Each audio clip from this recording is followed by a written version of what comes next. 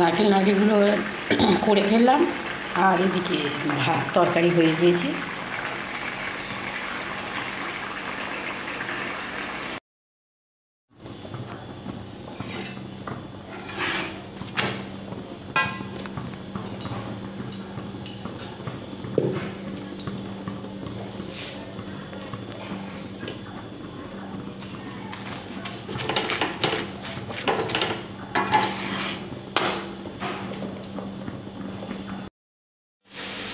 দুধ জাল দিলাম, ভাত নামালাম।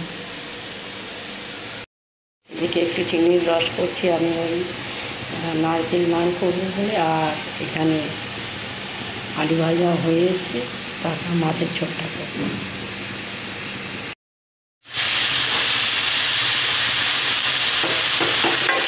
নারকেলের সেই চিনির রসের মধ্যে আমি নারকেল পোড়াটা দিয়ে দিয়েছি, হয়ে এসছে। আর এতে আমি আলু কষাচ্ছি মাছের ঝোল করবো বলে। নারকেলগুলো করে ফেললাম। আর এদিকে ভাত তরকারি হয়ে গিয়েছে।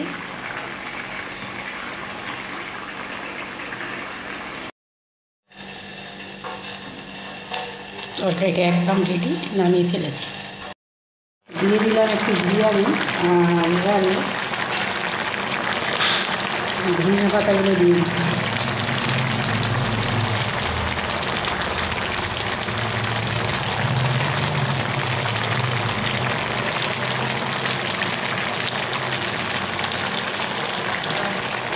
এবার একটু গরম মশলা দিয়ে দিচ্ছি।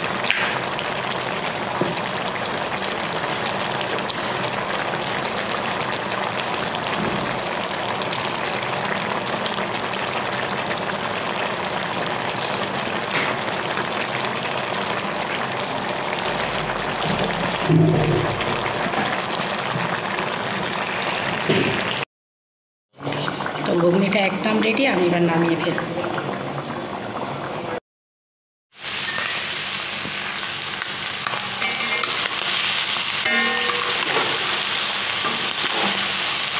চিংড়িগুলো আমি ভেজে আগে ছাড়িয়ে নিয়েছি, ভালো করে ছাড়িয়ে নিয়ে বড় চিংড়ি, তারপরে ভেজে নিচ্ছি। তো বানালাম ইঁচড়, এটা নিরামিষ ইঁচড় বানিয়েছি অবশ্য। আর এদিকে চিংড়ির ঝাল করেছি, দুধ জাল দিয়ে নিলাম।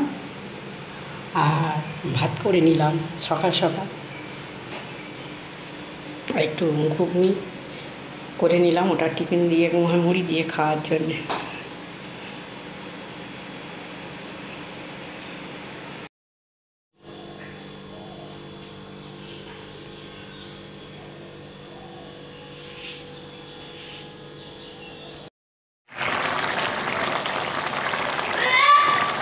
গরম মশলার গুঁড়ো দিয়ে দিলাম, এটা একদম রেডি। আমি এবার নামিয়ে ফেলবো, মাখা মাখা হয়ে এসছে।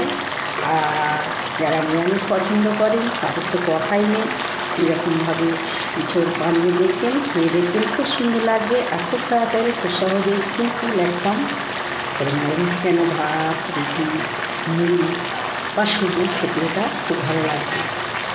লুচি, পরোটা সব কিছুতে।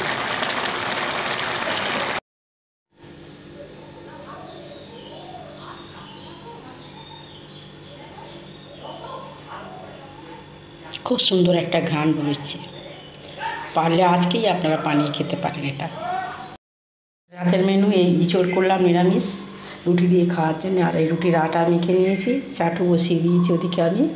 এবার আমি এগুলো ভেজে ফেলবো। আজকে একটু বিকেল বিকেল করে নিচ্ছি, হরিনাম শুনতে যাব বলে, ওই জন্যে।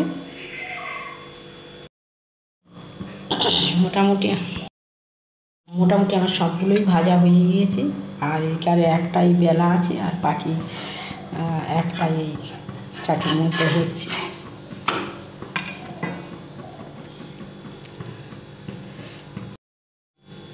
তো রাতের মেনু আমার একদম রেডি।